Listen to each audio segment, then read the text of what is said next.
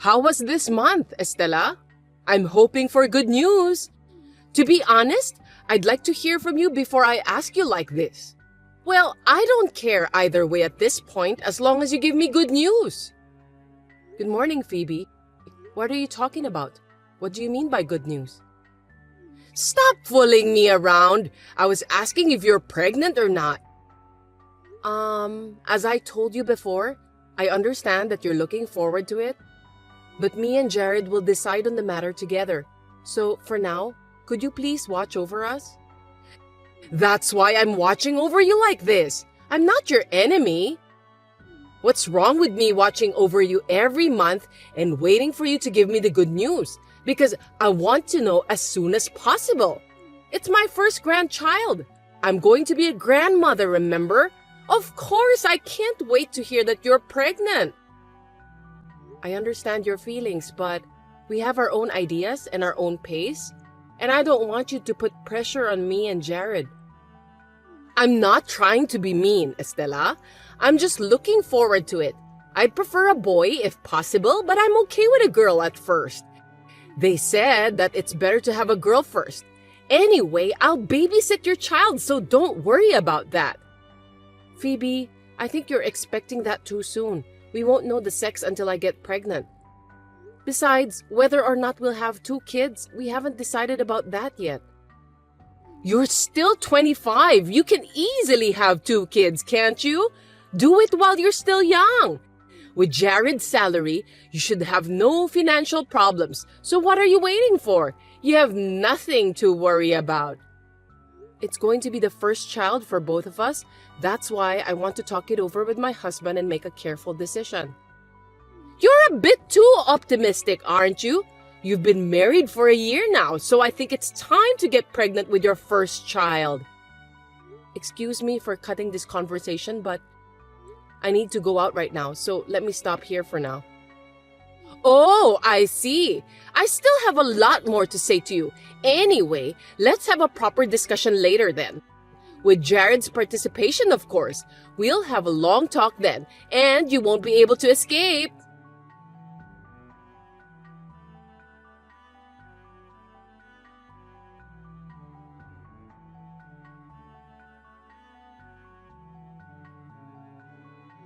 Oh my! What are you going to do with such passivity? Now that you're married, you have to be more proactive. You were trying to surprise me, weren't you? If so, it was a big success. But if you're pregnant, you better tell me.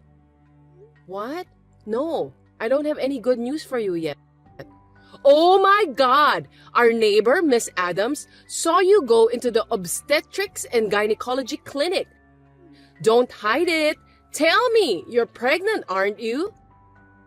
Well, obstetrics and gynecology is a place for non-pregnant women as well.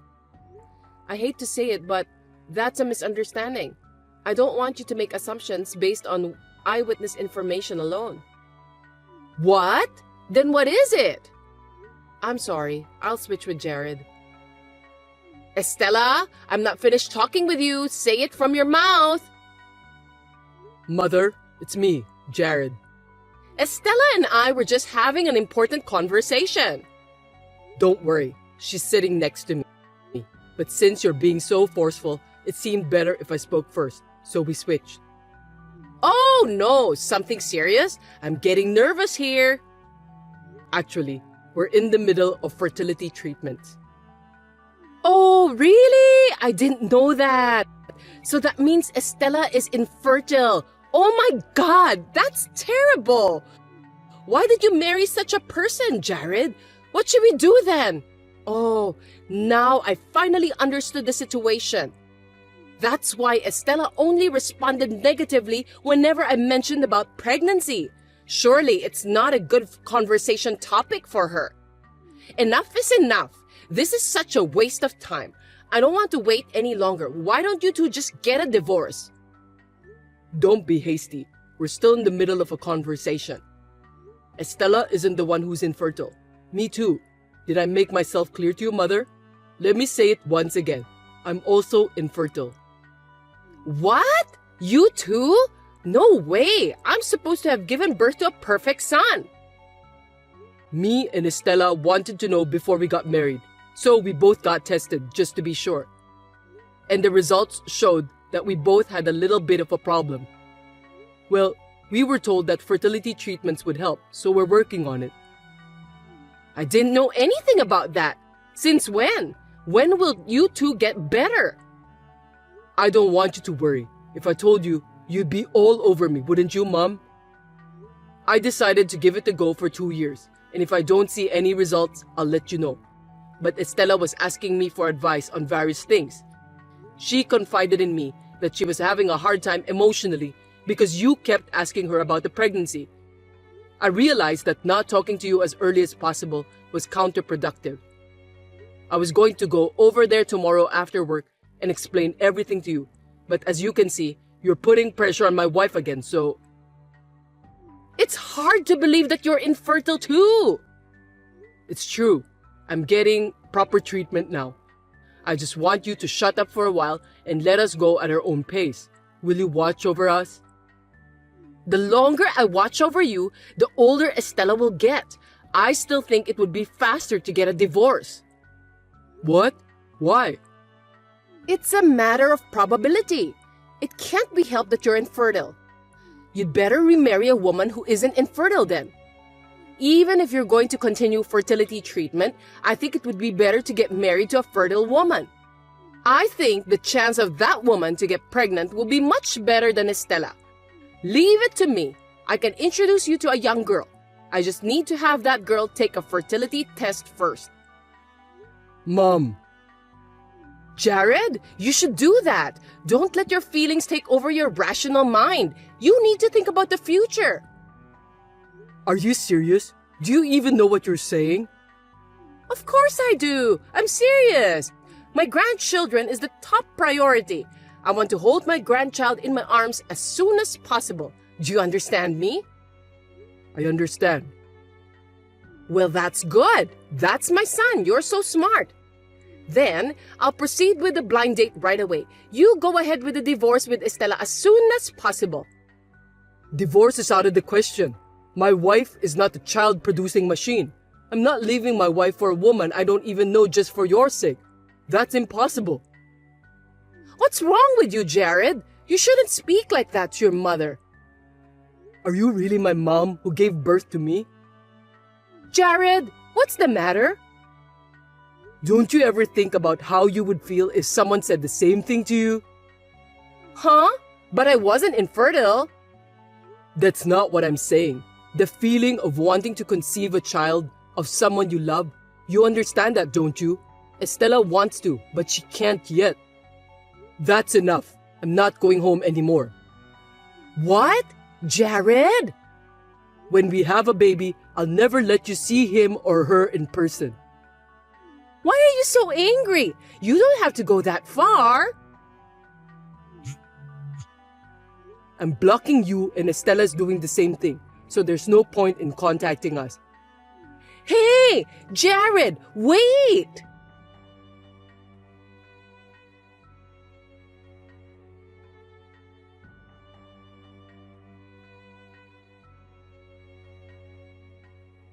When my husband reported this incident to his father, he was very angry and scolded Phoebe for her lack of delicacy. A month later, my husband's request for a transfer was approved and we decided to move. In addition, the good news continued, and thanks to the fertility treatment, I got pregnant. After spending 10 months and 10 days without incident, I gave birth to a healthy baby boy. However, I did not tell my mother-in-law about this. Perhaps she may have heard about it through rumors. Apparently, she has a knot in her head that she thinks that as long as she has a grandson, she can go back to her former relationship. My father-in-law kindly suggested to keep it as a secret because it seems that my mother-in-law doesn't understand that she is the main cause of the problem. My father-in-law sometimes sneaks out to the baby, though it is an hour-and-a-half drive from his house.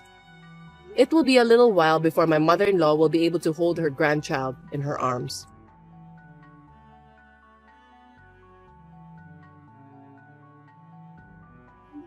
Kelly, where are you? Are you playing on the computer in your room again? You must be in a good mood, playing all day long. You're a housewife. Don't skip house chores. Your dear husband is working hard outside. Oh, Lavender, I'm not playing games. I'm not at home today. What? Don't tell me you used the spare key to get in again. It's terrible to enter an unattended house without permission. Eddie should have taken that key away from you. How did you get in? It's easy. I just made another key. When did you do that? Even so, I don't think you're allowed to do that. That's not a big problem. It doesn't matter. What on earth are you doing out on a weekday afternoon? You're hiding something, aren't you? You're not having an affair, are you? There's nothing but suspicion. Of course I'm not having an affair. Looks like you've been watching too much drama, Lavender. I'm sorry, but I can't keep texting you. I'm standing on the side of the road and I have an urgent matter to do. Can we talk later? Huh? Even though I still have some more things to tell you? How rude! I really need to go. I'm sorry, but it's about time. I don't have much time. Oh, please don't go into my workroom without permission. I don't want anyone touching anything there. It's locked, but just in case, you could pry it open. Wait, Kelly! I still need to talk to you. Excuse me, Lavender. I'll see you later.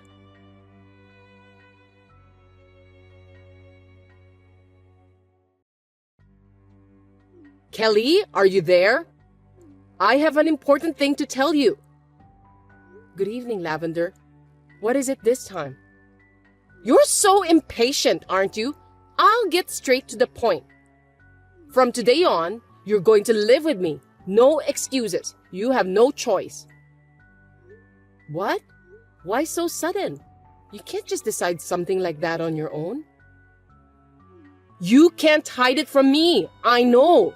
You've been told at the hospital that you're dying, haven't you? I heard about that. What? Me? Dying? Where did you get that from? I heard you have 3 months to live. Poor unfortunate girl. You know your own life expectancy and yet you got married to my son? It's totally a scam. It's against the common sense. You should have told us before getting married to my son. Looks like my son got married to a woman with a time bomb. Where in the world did you hear about that? You can't fool me. You were at the hospital yesterday. Oh, yes. I just went to visit a friend in the hospital. You're lying. Do you have any friends? You are such an outrageous wife. I'd really like my son to divorce you right now, but it wouldn't be right for the world to see me kicking out my son's wife who's been told that she's dying. But you know, even if you just let me deal with you every day like this, your crime of deceiving and marrying Eddie isn't right. I'll let you atone for your sins. Isn't that a good idea? For the remaining time of your 3 months to live, you must devote yourself to me. I'll have you move in with me starting today. This is no time for leisurely recuperation. I'm not going to put you in the hospital. Well, since you said that so suddenly, it's hard to give you an immediate answer. You must decide right away. Your time is short.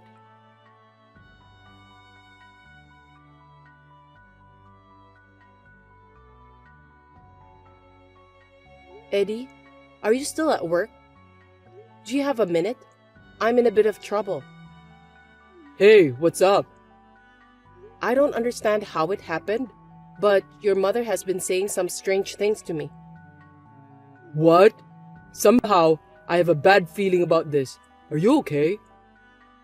Don't be surprised of what I'm gonna tell you now, okay? She told me that I have only 3 months to live.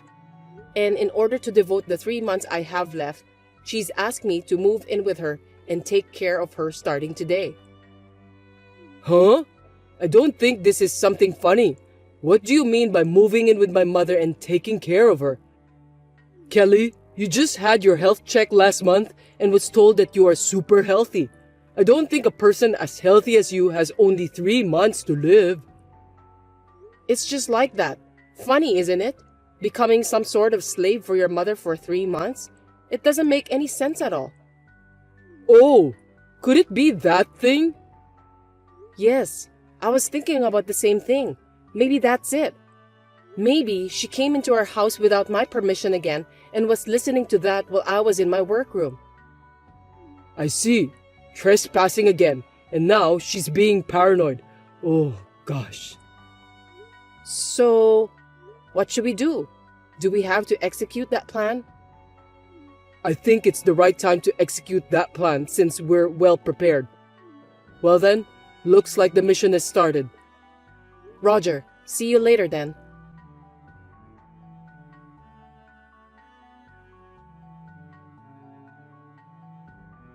Kelly, you're always late for everything, aren't you? I haven't received your reply. How long are you going to make me wait?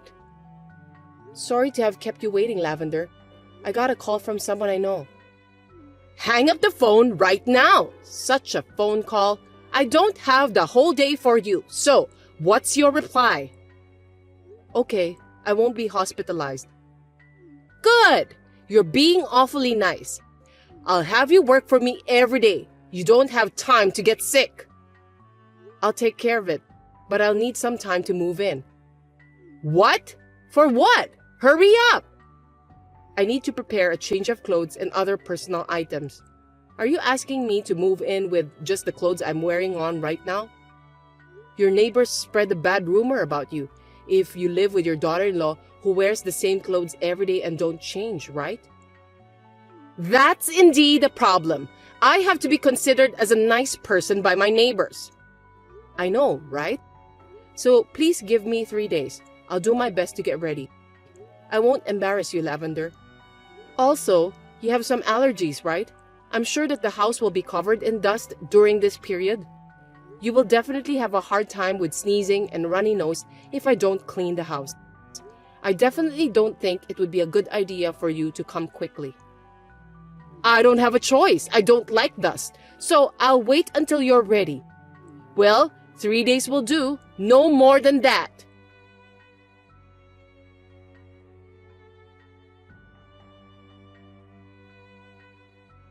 Kelly, today's the 3rd day. I'm sure you're ready to go. You should be the one who need to let me know about this before I send you this message. It's already evening, so get your ass over here. Stalling for time won't help. I've left a lot of chores for you to do. If you don't come soon, you'll just get busier. There's a lot of trash all over the house. I'm leaving it all out so that you can have a rewarding time cleaning them. I need you to clean the bathroom, and I need you to wipe the windows and then clean the front door. Cleaning front door and the bathroom are the basic chores. And for starters, I need you to make dinner for tonight. I'm starving, so please make it really quick. Before that, I need you to wash the dishes for the next 3 days, so you'll have less time than you think. Oh, and you'll need to buy some groceries too. I want you to make me a steak dinner tonight with the finest beef to celebrate the start of our new life together. Of course, you will pay for all of it. You only have 3 months to live anyway, so what's the point of leaving money behind? Spend all your money on me before you go to heaven. Hello, Lavender. Sorry for the delay in getting back to you. Me and Eddie have arrived at a new place around mid-afternoon. Gosh, what a busy day. What? You're already here? How come I don't see you guys? We're in the middle of unpacking, but we're doing our best. I've been so busy with work that I haven't been able to catch up on cleaning up. I'm working on my computer right now. By the way, we're planning to have Chinese food delivered for dinner tonight. Huh? What are you talking about? I haven't received any of your belongings, and you yourself aren't here yet. Where are you now? Have you gone crazy from the shock of being told that you only have a few months to live? Are you being delusional? Are you okay, Kelly?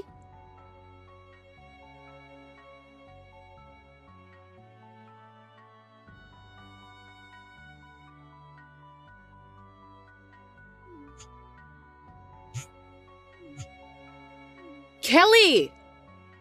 Yes, Lavender, what's wrong? I'm busy, you see. I told you, didn't I? Where are you? I'll have you explain it to me properly. I thought you were just being paranoid and you didn't want to live with me, so I came to pick you up. There's no one in the house. The family next door told me that you moved out this morning. I told you, didn't I? I'm not being paranoid. My brain is still working well. Anyway, me and Eddie finished the move by mid-afternoon. What are you talking about? You think you can just run away like that after what you did? You agreed to move in with me. You said you would live with me, not to be hospitalized. I listened carefully to what you've told me. You know that. Are you being paranoid, Lavender? I told you that I won't be hospitalized, but I don't remember agreeing to live together with you. I never agreed to move in with you. In the first place, I wasn't told by the doctor that I was dying. I'm in perfect health. Huh? No way! That can't be true. I heard that with my own ears. It's useless for you to hide the fact about that. Lavender, you came to my house without permission again and listened to me from the front door of my workroom. That's when you heard someone talking about me having just 3 months to live, right? I can't think of anything else. That's right. You can't get away with it because I heard it correctly. I definitely heard him say that you only have 3 months to live. It sounded like you were talking by using online meeting apps or something. That must have been the doctor or nurse talking to you. Lavender, that's a scenario. You misunderstood because you eavesdropped halfway through the conversation. Huh? Scenario? What do you mean? It involves work, so I can't go into the details even for your sake. You know that Eddie is a scenario writer, right? And that he rents an apartment for work? Yes, of course. Eddie works hard every day, unlike you. He's sensitive, you know. He says it's hard for him to concentrate when he works from home. He's been working that way since he was single and when he was still living at the family home. Yes, and that hasn't changed even now that he's married and living with me. In contrast, I use the other room as my workroom. I don't know how much you understand that. You came without an appointment to interrupt my work, either on purpose or by accident, aiming for the time when I'm alone during the day. Huh? Does that matter still bother you? You're living like a parasite and just pretending to be a housewife. I don't think that you're working. It seems like you don't know anything. It's true, isn't it? You're just staying in your room playing video games or something anyway, aren't you? If you've seen your son, who went on to become a scenario writer from home, you know that you can make enough money from home, don't you? When it comes to my case, who is his wife, you instantly don't understand the matter. Is that intentional? Don't you realize that what you are saying is full of contradictions? What? That's rude. Who do you think you are that you're allowed to talk like that to me? I don't think I can get you to listen to me, so Eddie said that he would explain to you. You guys can talk to each other now. Wait! Kelly!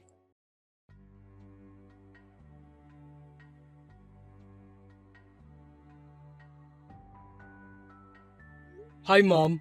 I'll take over from here, so listen carefully. Eddie, explain to me in detail so I can understand. What on earth is going on? Kelly, who was supposed to have only 3 months to live, is actually in good health. Well, she certainly looks healthy, doesn't she? But I definitely heard the voice saying about her life expectancy from her room, and it sounded so serious. Kelly told me earlier that you were eavesdropping. That was the scenario I wrote. Huh? I wrote a scenario about a woman who only has 3 months to live. It was well written, right? After that, the voice actors record the voice over based on the scenario, and then the video editing process begins. Kelly is the one doing that work. It's quite a tough job, you know? Well, I don't know if it's difficult for you to understand, but there's a job called video editing, and that's Kelly's job. Maybe you were eavesdropping on the explicit part where she was watching the video to make sure that everything is in good order. You mistakenly thought it was Kelly who was told about her life expectancy. If you had checked on the spot, this wouldn't have happened. What did you say? That's why, Mom. we're going to cut ties with you to protect our lives. Cut ties with me? Why are you suddenly talking like that? I haven't done anything wrong, have I? It's not so sudden for me. You know why I didn't work in my room at home when I was single? You said it was because you couldn't concentrate at home since you're sensitive, right? I was being nice not to tell you, but the truth is that I couldn't concentrate because you would get in my way.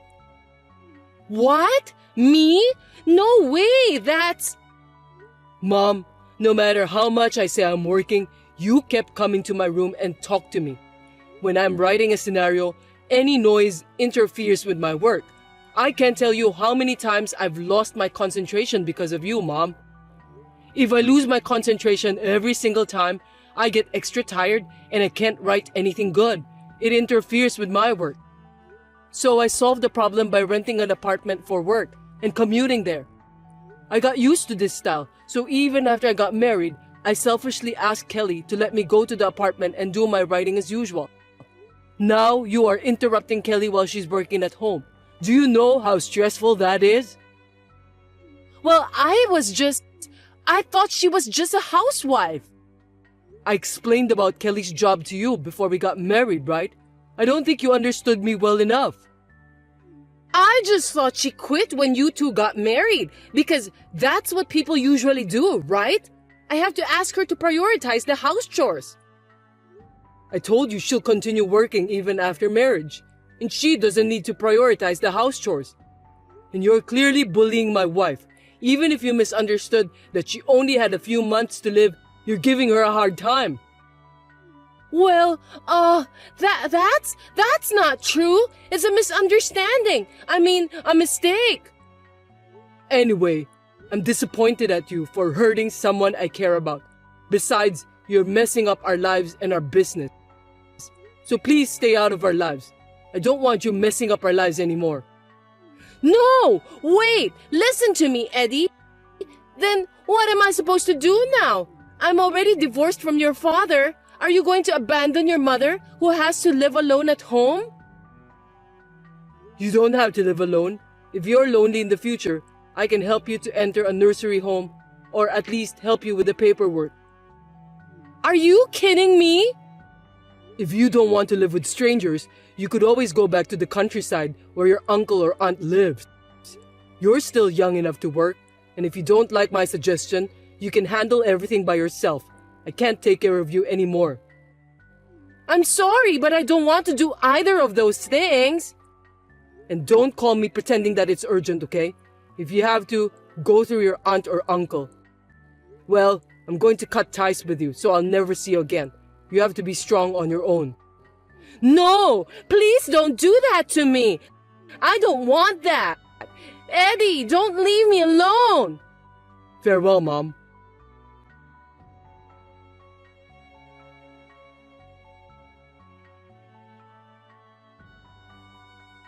At first, we were just going to move into a slightly larger apartment that we liked.